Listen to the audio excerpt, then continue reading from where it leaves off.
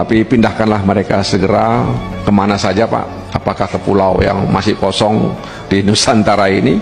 Nggak ada. Itu namanya bukan solusi Pak, tapi namanya nambah masalah.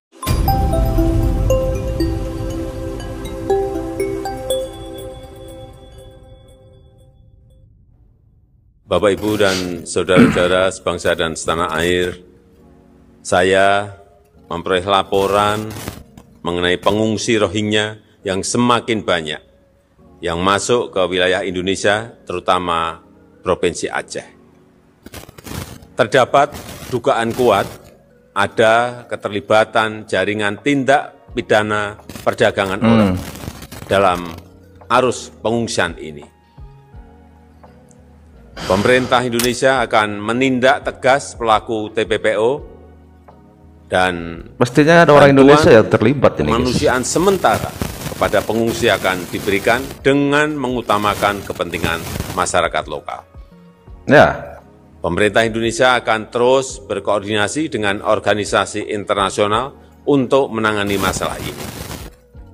Beberapa hari yang lalu kita kagetkan dengan adanya orang-orang Rohingya ini mendapat memiliki KTP Medan. Ini kan sesuatu yang sangat-sangat nggak masuk akal. Bagaimana bisa seorang pengungsi bisa ada KTP Medan? Iya kan? Berarti kan ada pengkhianat di dalam negeri kita sendiri ini. Bagaimana bisa dia mengeluarkan KTP? Entah apa yang dipikirkan orang ini. Untuk lebih jelas lagi kita lihat saja ya videonya ya.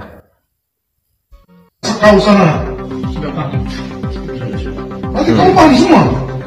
Kamu paham? Paham? Kamu ngerti bahasa Indonesia? Saya Malaysia.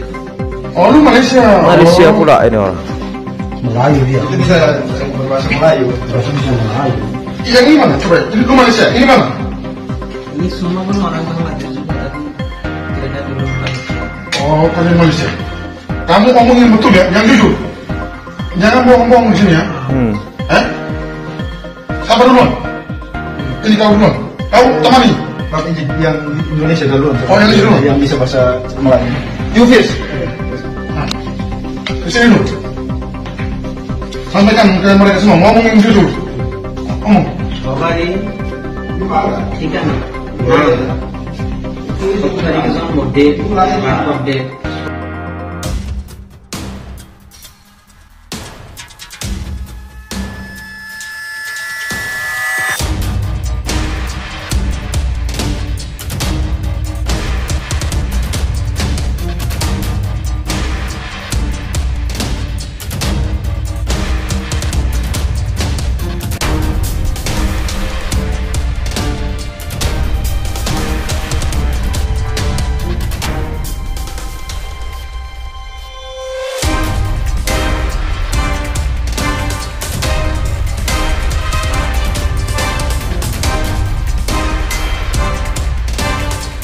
Wali Kota Medan Bobi Nasution mengaku kecolongan dengan adanya 8 orang pengungsi Rohingya yang memiliki kartu tanda penduduk palsu yang diduga dibuat di Kota Medan. Hal itu diketahui ketika seorang petugas menangkap 8 orang Rohingya di Kabupaten Belu, NTT beberapa waktu lalu. Diketahui 8 pengungsi Rohingya ini datang dari Kota Medan.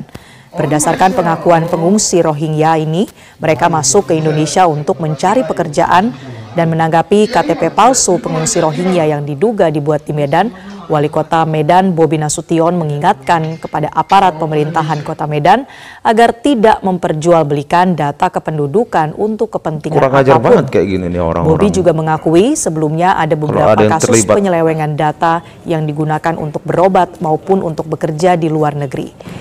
Jika ada keterlibatan aparat pemerintah Kota Medan dalam pembuatan KTP palsu pengungsi Rohingya, Bobi akan memberikan hukuman berat. Pemalsuan data agar bisa kerja di luar negeri. Nah, ini kasus seperti ini lagi saya sampaikan, siapapun yang dari pemerintah Kota Medan, aparat dari pemerintah Kota Medan kalau ikut terlibat, hukumannya kita kasih hukuman berat. Ini kan pasti ada permainan, ya kan? Gak mungkin bisa dikeluarkan oleh sesembarang orang kalau KTP. Ini harus dicari orangnya, ini harus ditangkap, benar-benar ditangkap ini. Bagaimana bisa pengungsi kok bisa punya KTP? Itu kan nggak masuk akal kayak gitu tuh. Aneh. 300.000 itu satu orang katanya bayarannya, guys. Ada aja. Kayak mana coba itu? Kan sudah kita bisa kita kategorikan pengkhianat orang-orang seperti itu. Kita sendiri orang-orang Indonesia masih cari uang itu harus bekerja keras. Mereka pengungsi enak-enak aja di sini di Indonesia ini, makan tidur. Tapi pindahkanlah mereka segera kemana saja Pak. Apakah ke pulau yang masih kosong di Nusantara ini?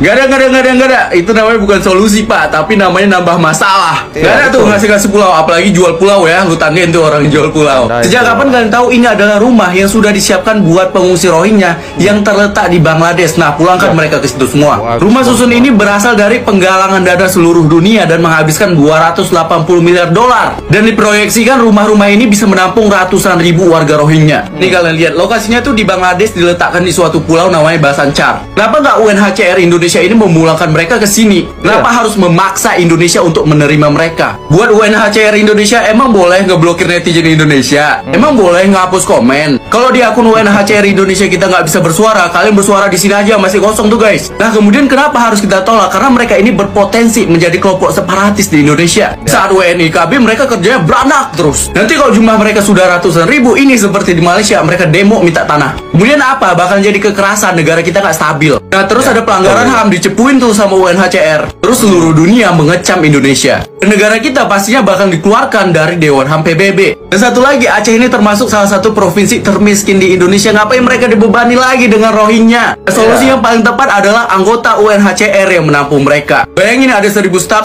satu orang, selesai. Kan bagaimana bisa pengungsi memiliki KTP ya? Sungguh keterlaluan ya. Nggak masuk akal ya. Gimana sih itu kok bisa seperti itu? Apa? Kita kategorikan apa nih orang-orang yang mengeluarkan KTP ini? Kategorinya pengkhianat kan? Seenak udel aja mengeluarkan KTP. Kita aja orang-orang Indonesia mau ngurus KTP aja kadang-kadang sulit. Ini pengungsi dipermudah dengan bayar 300.000 mereka bisa mendapatkan KTP. Kan aneh.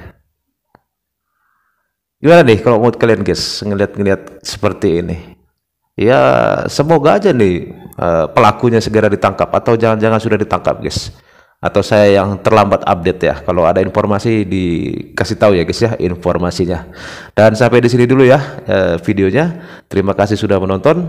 Sampai ketemu lagi di video-video selanjutnya. Tetap semangat. Salam sukses buat kita semua.